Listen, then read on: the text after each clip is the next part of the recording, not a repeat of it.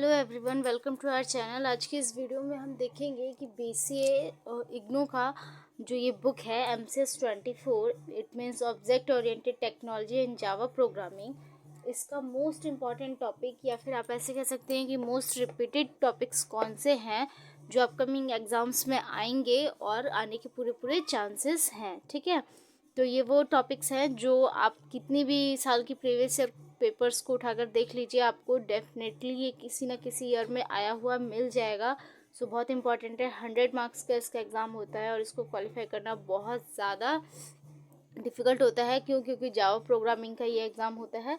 तो आप अगर ये इंपॉर्टेंट टॉपिक्स देख लेंगे और इनको कवर कर लेंगे तो ये एग्ज़ाम आप इजीली क्रैक कर सकते हैं। ठीक है, so without further ado let's get started with the video. और अगर वीडियो अच्छी लगे तो प्लीज़ वीडियो को एक लाइक ज़रूर करिएगा और चैनल को सब्सक्राइब करना मत भूलिएगा। ओके,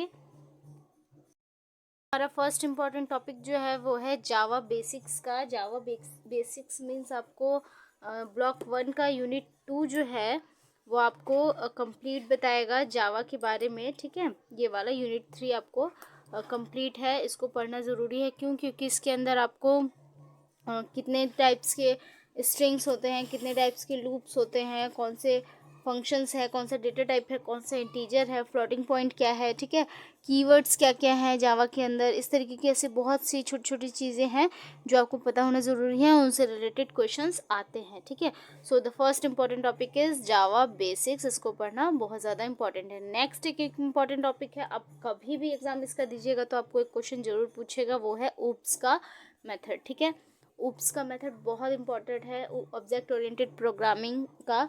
आपको इसमें से एक क्वेश्चन ज़रूर आएगा किसी भी तरीके से, चाहे वो आपको ऊप्स का डेटा के बारे में एनालिसिस करने के लिए बोल सकता है या फिर एक पूरा मॉडल बनाने के लिए बोल सकता है, लेकिन ऊप्स का एक कॉन्सेप्ट ज़रूर आएगा, तो अच्छे से इसको पढ़ना है आपको। ठीक है, नेक्स्ट इंपॉर्टेंट टॉपिक है एक्सेप्शन हैंडलिंग। एक्सेप्शंस हैंडलिंग आपका जो है वो ब्लॉक 2 का चैप्टर है, तो आप एक बार इसको ज़रूर देख लीजिएगा। उसमें डिटेल में आपको समझाया हुआ है कि कितने टाइप्स के एक्सेप्शंस होते हैं, कैसे उनका हैंडलिंग ऑफ एक्सेप्शंस क्या है और ऐसे पैकेज क्या है। ठीक है, तो इस तरीके के कुछ इंपॉर्टेंट टॉपिक्स हैं जिनको आपको ध्यान में रखना है। नेक्स्ट हमारा इंपॉर्टेंट टॉपिक होता है एप्लेट स्टैक का। ठीक है, तो एप्लेट स्टैक भी एक इम्पॉर्टेंट है, आप इसको देख लीजिएगा। ब्लॉक 4 है आपका एप्लेट से रिलेटेड, इसमें कुछ टैग्स हैं HTML टाइप के, तो आपको उनको एक बार अच्छे से देखना है। इसका कुछ एक आर्किटेक्चर भी है, उसको अच्छे से समझ लेना है। ठीक है, नेक्स्ट इंपॉर्टेंट है ग्राफिक्स। ग्राफिक्स इन ऑब्जेक्ट्स का एक हेडिंग है, वो बहुत बार पूछा जाता है, तो एक बार डिटेल में इसको पढ़ लीजिएगा। ठीक है, चलिए चलते हैं नेक्स्ट टॉपिक्स की तरफ।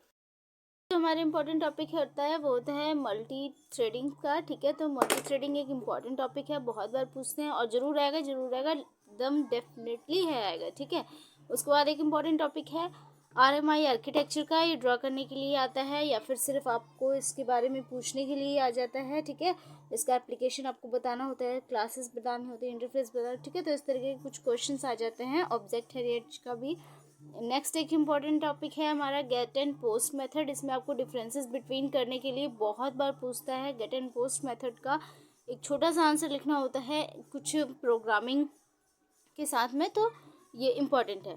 उसके बाद एक इम्पॉर्टेंट टॉपिक होता है सॉकेट्स का। ठीक है, ज़रूर पूछा जाता है, हमेशा आता है। नेटवर्किंग फीचर्स का एक चैप्टर है, उसके अंदर आपको मिल जाएगा ये सॉकेट्स, बहुत इंपॉर्टेंट टॉपिक है।